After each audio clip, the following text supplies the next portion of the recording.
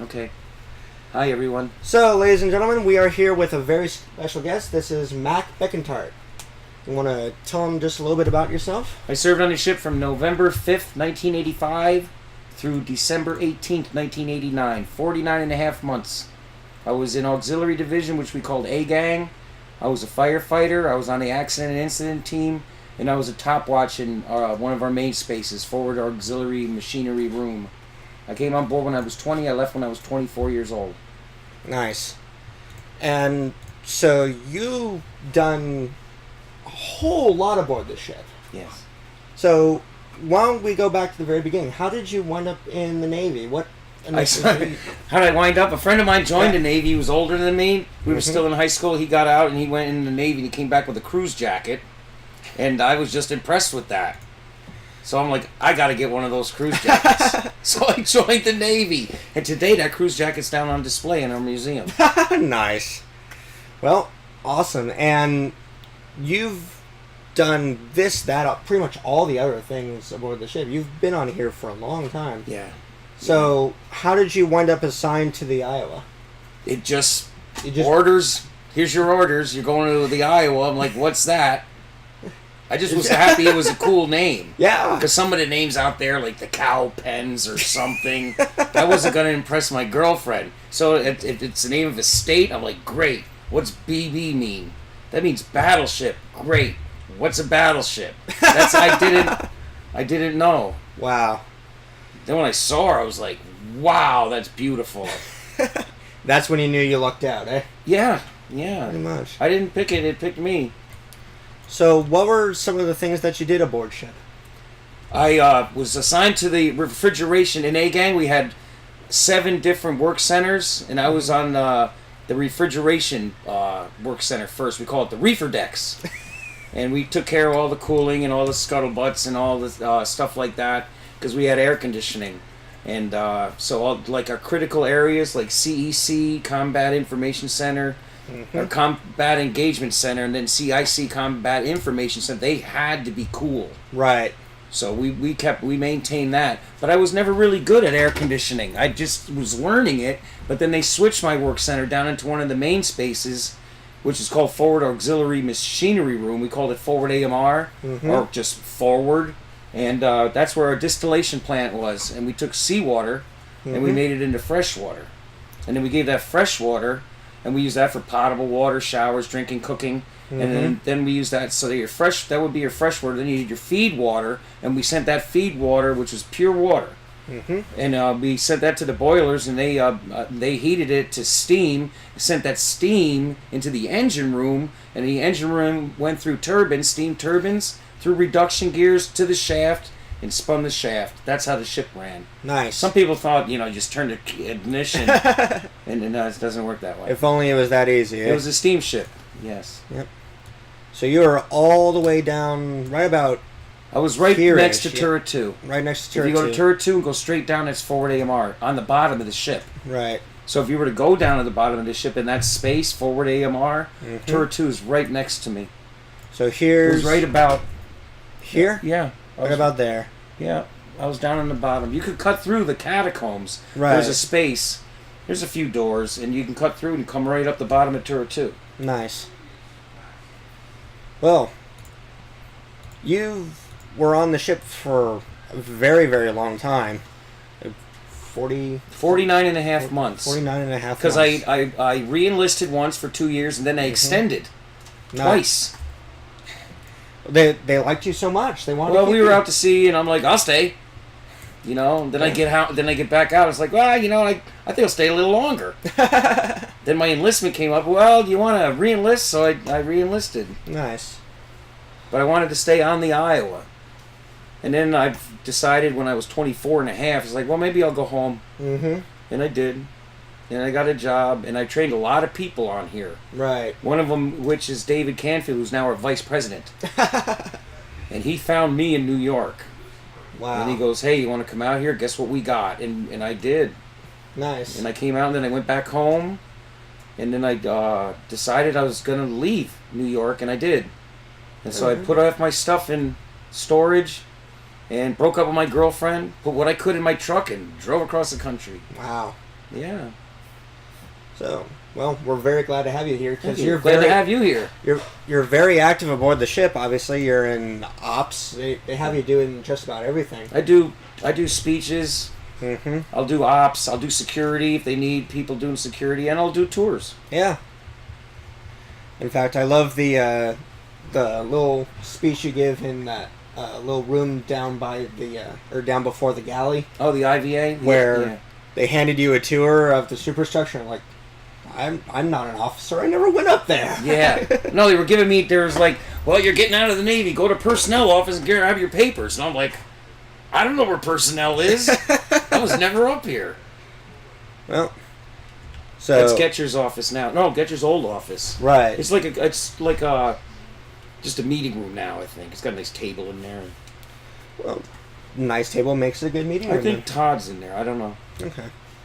So now we're in game, so let's go ahead and get her moving. You're playing a game right now? We're playing a game right now. We're playing against a whole bunch of other ships, so everything over here are my friends, and everything over here we have to sink. Okay. So let's do our best. Usually, when I have a guest, I get so distracted that I don't necessarily do so well in the game, but it's okay because we have a guest to distract from bad gameplay. Go ahead. So what are you going to do? You fire at some ship? Yeah, so we fire. Do you have missiles or anything, or you're World War II style? Well, we are World War II style. So Okay. we got all 10 of our mounts, and we've got all of our AA guns. They're missing the 320s on turret 2, though, but we'll do without. What are you going to hit it with? Hit it with a 16. Boom. I Pretty think much. you could fire 2 rounds per barrel. 2 rounds a minute. 2 rounds a minute per barrel. Yeah. Yep. So we'll be doing that very shortly once they dare to pop within range. 24 miles. 24 miles away. So obviously, for gameplay, however, they simplify it a little bit. We don't quite have our full range, but we have close enough. So, Somebody just shoot at you? well, someone's shooting in this general direction, so let's make them regret that, shall we? You just fire at him? Yeah, I just fired on him. Whoop, and hit him pretty good, too. You did? Yeah. See, this is up here in the corner. That's how much damage I did, so hit him pretty good. So now let's try and get closer, see if we can really make them regret their day. Why is it World War II style? That's just Why is it World War II style? Because that's the type of ships. All the ships that are in the game are World War II style. Okay. I always want to say that they should do a special event. They do special events for like April Fools and stuff. They ought to do one special event where it's us in our 80s configuration with Throw our some harpoons at him. with our harpoons. Yeah. Whoop. You're And moving along pretty good. moving along pretty good, and there's some torpedoes coming at me, so I want to avoid those. Those red things are torpedoes? Those red things are torpedoes, and hit I'm gonna eat one. Wow! It hit the 12-inch belt though. It hit the belt. So thankfully it didn't hit us too bad, but I know there's destroyers over there, so I want to kind of angle away because I don't want to deal with too many torpedoes No. because I don't have much against that. I like the graphics; are really cool. Yeah, the graphics are really cool. So, what's some of your favorite memories from serving aboard the ship, or some of like the funniest moments you had? I remember once we were on water hours. The ship had to maintain a certain amount of. We couldn't take a bunch of showers and all that because one of our evaporators were down. So I'd have these cooks come down and say, "Hey, you want anything? Let me take a shower down here." I'd be like, "Give me some ice cream."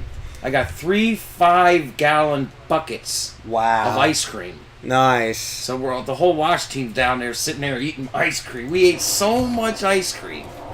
Yeah, that was pretty cool. That's pretty awesome. And Ronald Reagan, and that was in 1986, 4th of July, 1986. Mm-hmm. We were at the International Naval Review in New York City, and they just had refurbished the Statue of Liberty. Mm-hmm. So there was scaffolding all up and down it in 1986, and they made it really pretty. Nice. Right? And so they had a whole ceremony there for that. We were there, and Ronald Reagan came on board. Nice. He walked right past me. And then little Nancy was with him. She was behind him, and it was windy there that day, but her hair did not move. Wow. Because of the hairspray. Yeah. It didn't move. It didn't move. Well, then it did its job then, in that case. I'm going to swing back.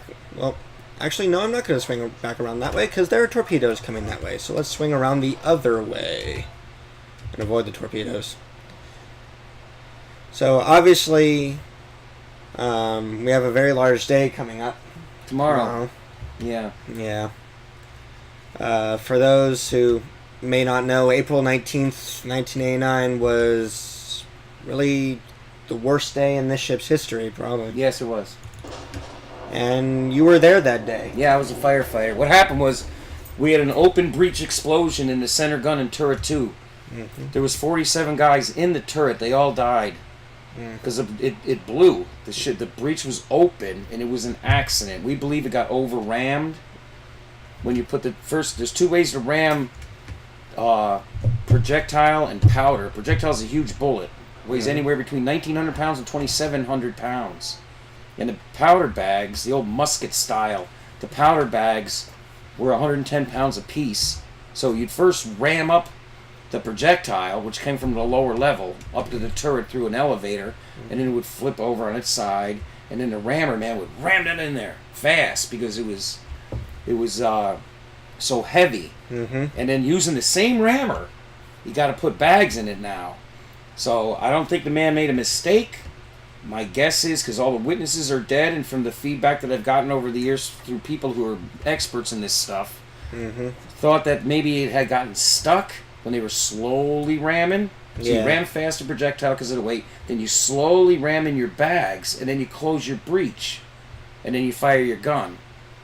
But it may have gotten stuck and then let loose, and so if you ram the bags in that fast, you're going to have an accident. And we did, and it blew. That's what we think happened. But it was the perfect storm. It could have been a lot of things. Yeah. It could have been a lot of things. Like that summer, we were in the yards in 1988, and we unloaded all the bags. And I remember it being a very hot summer. All the ammunition was off the ship, and we put it in a warehouse, and then brought it back on board. Plus, the bags were 1940s, all paid for. Right. So it was. Plus, we didn't have a lot of training. A lot of the guys were new. And we weren't firing the guns as much. And then the admiral came on board and wanted to see a gun shoot, and we gave him one. Yeah. And then the accident happened. 9:55 in the morning. So our ceremony will start right about then. Yeah. Off the coast of Puerto Rico. Some people were like, "Were you in the Bermuda Triangle?" No, we weren't. We weren't. Yeah. So when that blew, I was in forward AMR, so my space filled up with smoke right away. And I had firefighting experience. I was on a fire party. So I dressed out and went into the turret. Yeah. I was the second wave of guys in. I had to get everybody out of my space first. I was in charge of it. Right. Yeah. And then I sealed it. And then I started a bilge pump. And then, because I knew there's going to be nobody there. We always had leaking. Right. And then I started the generator because it never came on automatically. And then I started a main drain pump which supplied fire water, and then I got out of there. Nice. I was the last one out of the ship. Did we just sink? Yeah, I just ate 3 torpedoes in a row. Okay, that'll do it. We were lucky we didn't lose the ship that day, because when I went forward, fully dressed out, I mean, it was a Michelin man. Right. I was fully dressed. And when I got up to the front of the ship, I noticed we were lower than I've ever seen it. I was like, we are low, because they were flooding the turret. Right. And water's 8 pounds a gallon. Yeah. Am I done? Well, while this game is in progress, we're actually going to go to our sister and bet a little bit with our sister while we wait. So, how often were admirals aboard the Iowa? All the time. We were a flagship. There was always important people here. Plus, we were in out of Norfolk, Virginia, which is very close to Washington, D.C. So the eyes in the Navy there's more eyes in the Navy on the East Coast than the West Coast. Right. I'm thinking, and I was told, because we're just so far away from Washington, D.C. Yeah. So the East Coast Navy and the West Coast Navy are different. So the East Coast Navy is a little stricter. Ah. Yeah. Yeah. How you doing, sir? I'm trying to figure out where I'm going. Where are you going? CEC. It's all the way... Forward. Go forward. It's on this deck. We in O2? Yeah. It's on this we're deck. O2. Go all the way forward. You'll find it. But you're gonna have to go. Into a blockade that's going Then you're on. going to have to go down and then back up. Yeah, you're gonna have to go down and then back If you're up. by 'cause it Sue's doesn't- office, you're real close. Yeah. Oh, okay. You'll find it. Just go up one. I'm real good at getting lost. Yeah, me too. Everybody is aboard here. I still get spun around. Port or starboard, you know what I mean? Yeah. It's like, it's what I have to tell the overnights because they always want to wander off, and I've had Navy vets come on board and get wander off. I had someone who was still serving in the Navy. I told him stay with the group. He says, "No, I don't have to do that. I'm still in the Navy," and he wanders off, and I have to halt everyone for a half hour while we go searching for him. We found him up all the way by anchor wingless. Yeah, you can't be doing that. No. There's some places that are secure, and get you strict when it comes to things like that. Amen. Especially safety. You can't just be wandering around. Like myself, if I want to go down below, Mm-hmm. I should have somebody with me, and I got to tell security, hey, I'm going down below, Yeah. so they know where I am. He was actually found by Getcher. It wasn't my finest moment. Yeah, right? Yeah. So, we actually have a viewer here who has a question. What are the crew accommodations like on the Iowa class? What do you mean? The accommodations? What are the crew bunks like on the Iowas? They're called coffin racks. And the mattress is maybe 1.5 inches to 2 inches thick. You can only fit one guy in there. And they're stacked 3 high. Right. And where I slept, the coffin racks are on the bottom and in the middle. Mm-hmm. The ones on the top don't because you can't. It's too tall. Right. So I would lift up my rack, put a stick up after I unlocked it, and everything I owned was in there, except for my nice uniforms. I had a little locker for that. Nice. Yeah. I spent more time working than I did in my rack. I was sleeping was that was out of style. Yeah. Yeah. Yeah. I love to tell the people in the overnight who look at these racks with horror, and it's like, well, here's the thing. If you're not tired, that means you obviously don't have work. Or you don't have enough Don't ever work. tell your boss I got nothing to do. Yeah.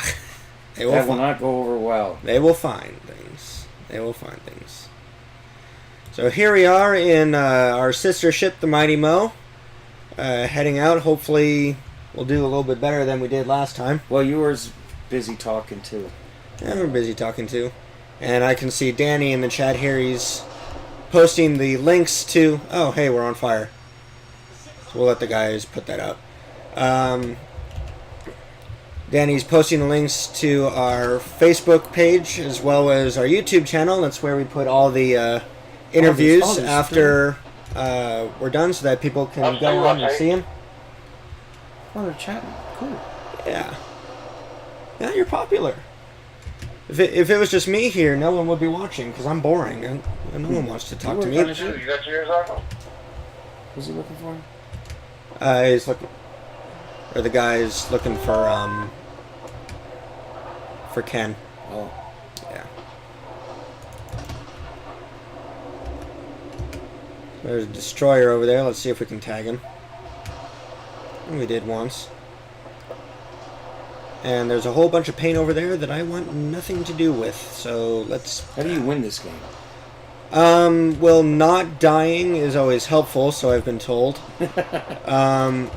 Basically, kill the enemy ships while keeping enough of you guys alive. How well you do during that, It looks so real. it really does. I haven't played games since like Nintendo or something. Well, you had, you guys had a few games aboard when it was in service, right? The SNES and stuff like that. We played cards. Play cards. There was no electronic anything that I know. The only Oh. thing we had was a Walkman. Because most people don't even know what a Walkman is. It's like a little cassette player. You got the earphones, and you play your cassettes in your Walkman. That was the most popular thing as far as music. There was no games. Right. There were board games. But the biggest thing was playing cards, Right. poker, and stuff like that. Makes sense. But we never played for money. Oh. Yeah, right. Yeah. Nickels and dimes. I was about Quarters. I was about to give you a look. Oh, really? Quarters. Really? Quarters. You could make $10. $10 was a lot of money. Yeah. A whole lot of money. Because you didn't have to worry about room and board. You didn't have to worry about buying food. Oh. Yeah. Looks like I did worse, so oh well. What's that symbol? So... Oh, somebody can hit right up next to you. Boom. Yep, boom. And actually, if... that was an American ship, too. Yep, that's a Baltimore class. It's one of our teammates. And actually, if you ram an enemy ship, both of you go kablooey. I had a stream during the 75th when we had Battleship Larry aboard. And we were interviewing him. So I was taking Missouri out, and of course, I was doing terrible with it. I don't know what it was, but I just did terrible. Man, that looks scary. You see the bottom of the ship? Mm-hmm. I was underneath the Iowa in 1988. We were in the dry dock. We sat on blocks, Yeah? and you could look up, and it's like nothing but holes. Wow. Nothing but holes. Oof. Suction and discharge. Water in, water out. So these holes here, From that's forward AMR all the way back to Shaft Alley. that's to bring in seawater to turn into fresh water then, eh? You'd have cooling water we use for seawater, chill water with seawater. Mm-hmm. Yeah. Wow. Well, let's exit out of that game. Every engine room and fire room had a forward suction and discharge. Nice. Yeah. Wow. Well, I think I'm done, right? Yeah, if that's all you want to I'm do. gonna So, go find a kid and give this to him. all right. Nice Well, meeting you, everybody. Thank you for joining us, Mac. Bye-bye. Take care. Have fun. I'm gonna take this and shut it off, right? Yeah, here I can take care of that. All right. Yeah. I'll see you, brother. Thank Take you. care. So thanks for joining us, everybody, for this very, very quick stream. We hope you enjoyed Mac, and hopefully we'll have him on again for a little bit further, a little bit more detail when he's not as busy. For those of you that like to take a look at all of our previous streams, we have a Facebook page, facebook.com/NEPMTwitch. That's NEPMTwitch. Danny has very kindly posted the link in chat. We also have a YouTube channel called Anchor Management, ANCHOR Management. You can feel free to look us up. And hope to see you all again soon. We'll be doing another stream, hopefully tomorrow, with some other Iowa vets from the 80s, as well as our usual Saturday stream. So, thank you all for joining us, everybody. Have a great rest of the day, and take care.